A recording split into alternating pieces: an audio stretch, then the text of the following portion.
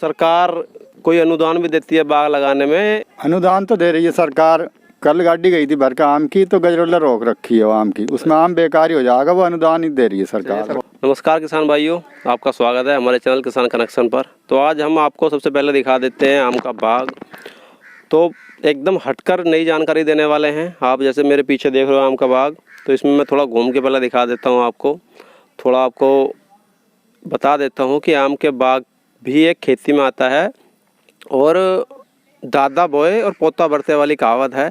तो 100 साल बाग चलता है। एक बार आपको मेहनत करनी है शुरुआत में, जो भी अभी मैं जानकारी दिलवाऊंगा आपको, उसके बाद आपको कुछ नहीं करना है बाग में। तो सबसे पहले तो हम परिचय करा देते हैं आपका, जो किसान है जिनका ये बाग है, जो इसके ओनर हैं, मालिक हैं।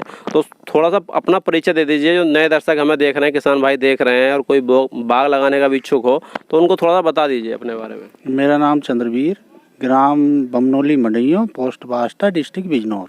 तो ये जो अपना बाग है जिसमें आप घूम रहे हो, ये दिख रहा है पीछे, ये लगभग कितने बीघे का बाग है? ये लगभग ये समझो 100 के आसपास है।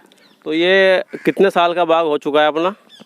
ये समझो 35 साल का। अच्छा, 35 साल का बाग हो गया। तो इसका मतलब है कि आपने ही, आपकी उम्र जब याददाश्त में आप बाग लगा हुआ है, आपने लगवाया होगा? हाँ, मैं था लगभग 8-10 साल उम्र थी मेरी जब। अच्छा। हाँ, तो आपने खुद ही अपने हाथों से पेड़ लगवाए हुए हैं? हाँ, अपने हाथ से करा, कुछ मजदूर थे। हाँ, मतलब आपको याद है अच्छी तरह की बाग आपके सामने लगा है? खूब याद है। जैसा कहावत है ना जी, दादा बोए और पोता बरते, वही वाली बाग में। तो लगभग कितने साल तक ये बाग अपने आम के पेड़ चल जाते हैं, या एक बार लगाने के बाद कितने साल तक बाग जीवित रहता है, जो अच्छा फल देता रहता है? हाँ, ये लगभग ये समझो लगने से 5-6 साल बाद ये फसल चालू कर देता है। अच्छा, आजकल तो क्या है कि जो नर्सरी वाले हैं, आम का पेड़ पूरा रेडी तैयार करके जी कुछ महंगा दे दिया, तो अगले साल से थोड़ी फसल आनी शुरू हो जाती है बड़े पेड़ पे। हाँ, ऐसा भी है। वो पेड़ कुछ महंगा है, और उस समय जिस समय ये लगाया था, उस समय तो ऐसी 20 या 25 रुपए का पेड़ था। और अब तो यही पेड़ अगर ले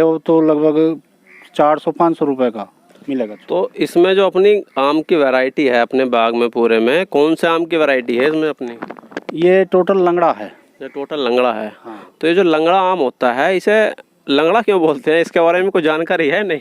हाँ, जानकारी क्या, ये इसमें आम इतना आता है कि ये जो है इसके जो शाखाएं हैं झुक जाती हैं, जिसकी वजह से इन्हें सपोर्ट देनी पड़ती है। मतलब हाथ पैर कह लें हम, जो शाखाएं हैं इसकी, वो सही से काम नहीं कर पाए।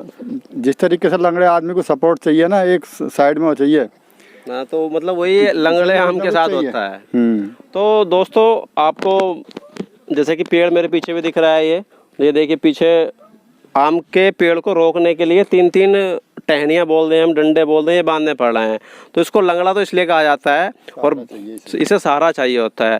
और बाकी हम आपको इनसे और जानकारी दिलवाते हैं आगे। तो जैसे कि बाग शुरू में मान लो लगा दिया आपने, 100 बीघे का बाग ये लगाया हुआ है, तो अगर इसमें खेती करे आदमी, ये ज़मीन कैसी है? खेती के लिए भी ठीक है, या बाग आपने ज़मीन को देख के बाग लगवाया? तो जमीन बाग जो है रेतीली ज़मीन में ही होता है। अच्छा, रेतीली ज़मीन में होता है। हाँ, और इसमें जब छोटा रहता आप गेहूं करो, पशुओं के लिए चारा कर सकते हैं। और इसमें बीच में अमरूद था, जब ये आम के पेड़ बड़े हुए तो अमरूद निकाल दिया हमने। तो जैसा कि आपने बताया, बीच में भी शुरुआत के सालों में खेती कर सकते हैं, तो लगभग 4-5 साल तो खेती बड़े आराम से हो जाती होगी। हाँ, आराम से। और उसके साथ में आपने पहले जब शुरुआत में बाग बोया, तो कुछ और भी पेड़ बोए थे इसमें, या सिर्फ आम का ही बाग था? इसमें अमरूद लगा दिया था बीच में। अच्छा। और अमरूद से लगभग 10 साल अमरूद की फसल बढ़िया ली। अच्छा। और जब ये आम के पेड़ जो फैलना चालू हुए, बड़े हुए, तो उसके बाद अमरूद बीच में से निकाल दिया था। अच्छा, अमरूद बिल फिर आपने कटवा दिया, और उसके बाद पूरा आम ही अपना ये चला। हाँ। तो अच्छा, जैसे कि शुरू में बाग तैयार होने में आपने बताया 10 साल आपने इसमें अमरूद की खेती कर ली, खेती की, उसके साथ अमरूद भी ले लिया। तो बाग तैयार होने में शुरुआत में कितने साल तक जो मेहनत करनी पड़ती है स्टार्टिंग में, वो लगभग कितने साल तक करनी पड़ती है? देखो, ये तो कहावत है बहुत पुरानी। ये जो बाग है, ये तो बच्चे की तरह पालना पड़ता है।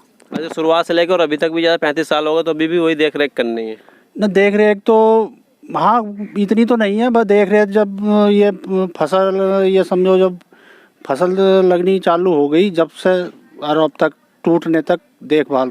मतलब जैसा कि आप किसान हो, आपका बाग है, और बाग में आजकल क्या चल रहा है, जो बोलते हैं गांव की देहाती भाषा में अमेड़े, ना जी अमेड़े को दे दिया, बाग दे दिया। भाई मजबूरी है किसान की, किसान को बाग का देख के भी रखना पड़ेगा। भाई अमेड़ा 2 साल आएगा, 4 साल आएगा, उसके बाद उसे क्या अच्छा बाग मिला, कहीं और चला जाएगा। वो तो दवाइयाँ लगाएगा दुनिया भर की, तो वो भी बाहर रखनी पड़ती होगी किस तरह की दवाई लगा रहा है, क्या कर रहा है बाग में।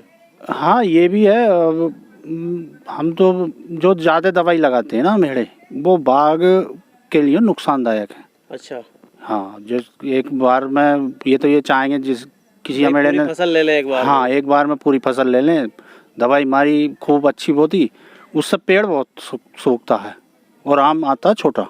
अच्छा, हाँ तो बाकी जैसे कि अभी दिख रहा है बाग में आपके डाल बहुत दबा के छू रही है, जो आम है पक के गिर रहा है।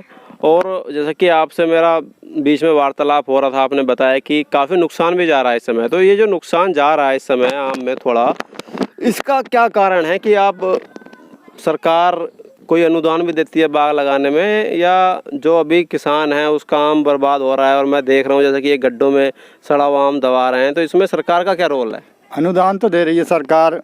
कल गाड़ी गई थी भर का आम की, तो गजरोला रोक रखी है वो आम की, उसमें आम बेकार ही हो जाएगा। वो अनुदान ही दे रही है सरकार। बहुत सरकार ध्यान जो रख रही है किसान का इतना ध्यान रख रही है कि जो खड़ी हुई फसल है उसकी, और जो बाजार में बिकने जा रही है वो सड़ रही है खड़ी हुई ट्रकों में। हाँ, कि टाइम से मंडी में ना पहुंच जावे, किसान को 4 पैसे न बच जावे, इस चक्कर में लगी पड़ी सरकार। तो दोस्तों ये भी बड़ी समस्या है, गंभीर विषय है कि अगर सरकार सोचे इस बारे में भी कि अभी जैसे कि सावन चल रहा है और गंगा में जो लोग बाग आते हैं जाते हैं सांवर की कांवड़ लेने, उसकी वजह से मुझे लगता है कि ये जो किसान की समस्या है ना, जो किसान की फसल है या जो डेली राशन पानी का सामान है, ये तो कोरोना में भी नहीं रुका और सरकार अब सावन में रोक रही है।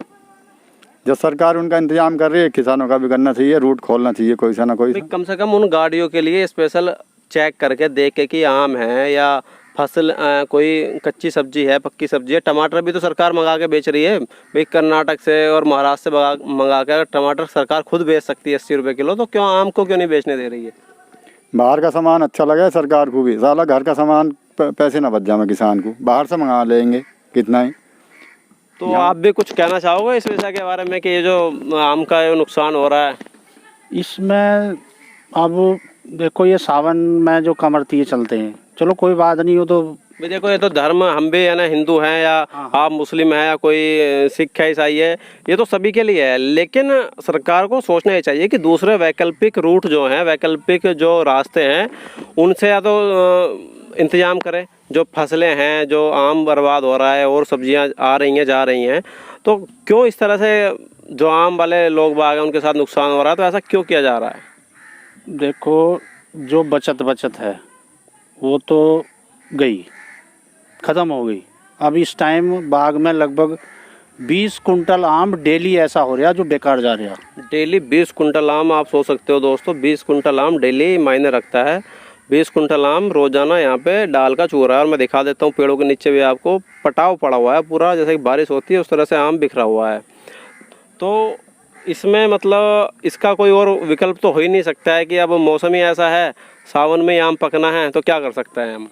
देखो ये तो सरकार को कुछ ना कुछ तो हल निकालना पड़ेगा। तो इसके लिए वैसे चाहिए कि जो बड़े किसान हैं, जो बड़े बाग वाले किसान हैं, उनको भी एक अपना संगठन बना के या किसी किसान संगठन के माध्यम से सरकार तक अपनी बात रखनी चाहिए।